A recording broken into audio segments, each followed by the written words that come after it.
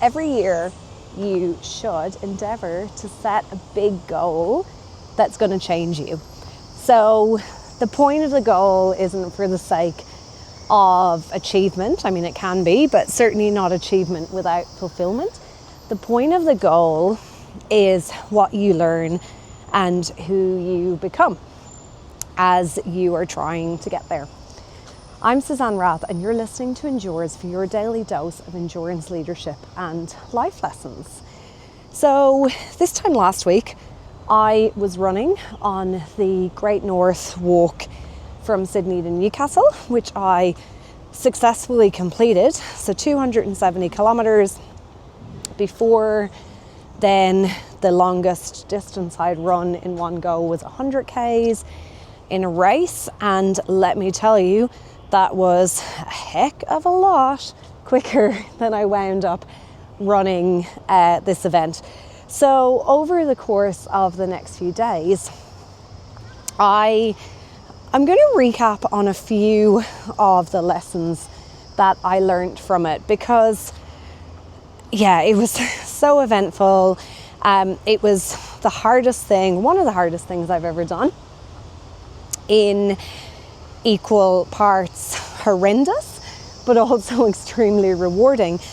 And while I was training for it, I read in the book Unstoppable Velocity this idea of setting a big goal that changes you. And I realized that I have done that for the past couple of years. And sometimes it's actually just been a trip, like it's been, say, a bucket list trip, like going to the Galapagos. So last year we cycled coast to coast across South America. I trained for and technically did my first Ironman. And this year it's this run. And I've been reflecting on,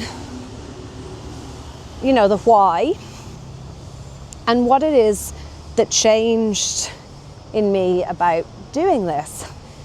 And I guess a couple of the biggest things that I can think about right now, number one is this idea of actualized potential. So I 100% would not recommend that everybody go out and try to run, hike 270 Ks. It is completely intense on your body. And you know what? There's just no need for it. But for me, it was something that was this burning desire. I got it into my head.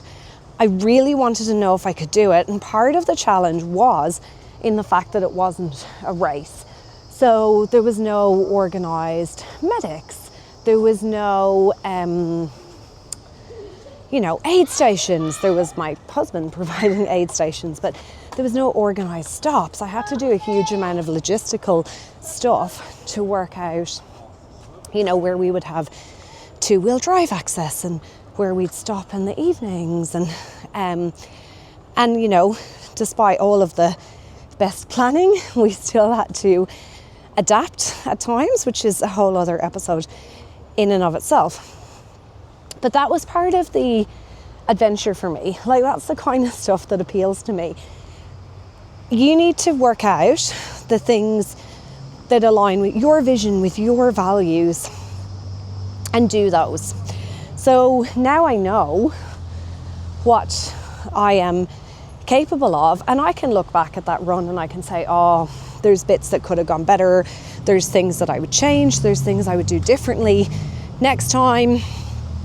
That's not really the point. Like, the point isn't for me of going harder, quicker, faster, longer. The point was in the challenge and the connection and, doing something I'm probably not going to do again, particularly not on that specific trail, and actualizing my potential. So it's really a bit of an identity upgrade. And this idea of authoring my own life is such a big part of it as well. Like, I will always now remember 2026 as the year that I hiked from Sydney to Newcastle. So if you are struggling with, the day-to-day being a bit monotonous, or struggling with setting a goal that you maybe don't feel that connected to, I would encourage you to think a little bit deeper about who you're becoming in the achievement of that goal. I look forward to sharing more on the run with you over the coming days. Thank you for joining me, and I'll see you tomorrow for more Firm Endures.